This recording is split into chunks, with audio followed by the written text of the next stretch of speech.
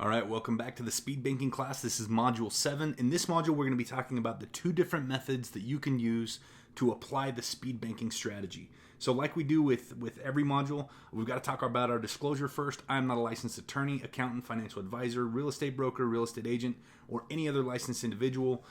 This is just some information that I learned, an amazing strategy that I learned that I want to share with you. This is not to be construed as specific counsel, advice, or instruction. It's just general information. It's educational information. So definitely consult with your attorney and your accountant before you go out and apply these things.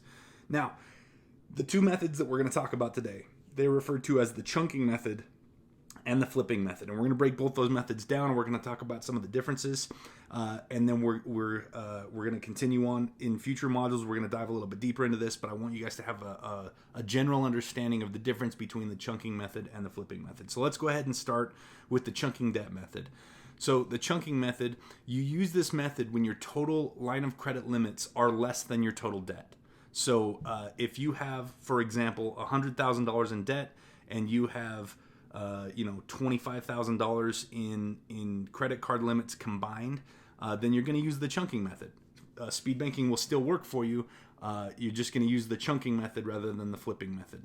So again, use this method when your total line of credit limits are less than your total debt balance and you do not own real estate to leverage for a larger line, like a HELOC. Now, sometimes you might have real estate and you might get a HELOC, but you still have more debt than you have limits in your line of credit. In that case, you would still use the chunking method. That's the main rule. If your line of credit limits are lower than your total debt, then regardless of what types of lines that you're using, you're going to use the chunking method.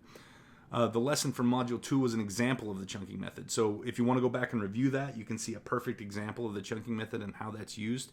You may use one or several lines of credit, such as credit cards, to execute the chunking method. This is done by compartmentalizing the debt into the lines and distributing the income across the lines. So let's use an example. Let's say you have 3 credit cards of $5,000 each. That's a total of $15,000 in lines, and you've got $100,000 in debt. So you're going to take those $5,000 lines each. You might allocate $1,000 off of each card for your emergency fund. That gives you $4,000 each.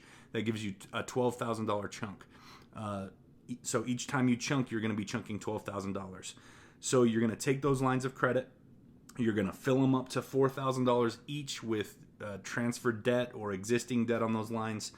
And you're going to take your income and you're going to evenly distribute it when it comes in. Instead of putting it into one line of credit, you're just going to you're going to evenly distribute it across 3. So let's say that you make $6,000 a month. You're going to put $2,000 on each line. And then the following month, you put $2,000 on each line again. Pays off the lines, move more debt over, move $4,000 per line, total of $12,000. And you just keep doing that until your debt is paid off. So the chunking method just uses more debt cycles than the flip method. So with the chunking method, you will move your debt into the line of credit in several smaller chunks, like we talked about, paying them off one chunk at a time. So in contrast to that, let's talk about the flipping method.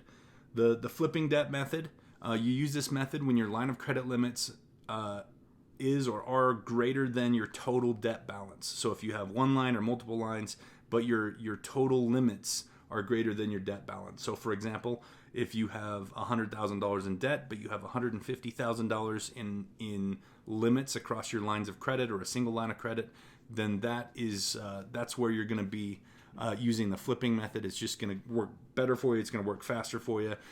It's like it works almost exactly like the chunking method. It's just one chunk. You're able to flip all your debt all at once over into your lines of credit, and then just work on paying them down after that. You don't need to worry about any future chunks. So this is often done using a tool like a HELOC. The reason I love HELOCs is because they're big lines of credit. They're the biggest ones that the average person has access to. So, and the reason it works is because HELOCs are home equity lines of credit. They use your home's equity as a justification for a larger limit. So for example, if you got a $200,000 house, you can, in theory, get a $200,000 line of credit. So speed banking with HELOCs works best in the flip method when your HELOC is in first position, replacing your mortgage.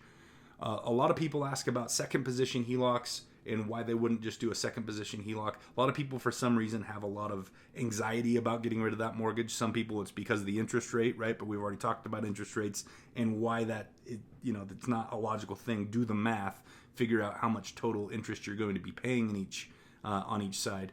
But it works better. The biggest reason is because when you replace your mortgage, your mortgage payment goes away. So that money just goes right back into your cash flow, and cash flow is the thing that accelerates speed banking. It's where the speed comes from, right? So by replacing your mortgage with a first position HELOC, which is kind of like refinancing into a HELOC, you're able to eliminate that mortgage payment, putting that chunk back into your, that payment back into your cash flow, and accelerating the process. So that's the best way to do it, because it speeds up the rate at which we're paying off debt.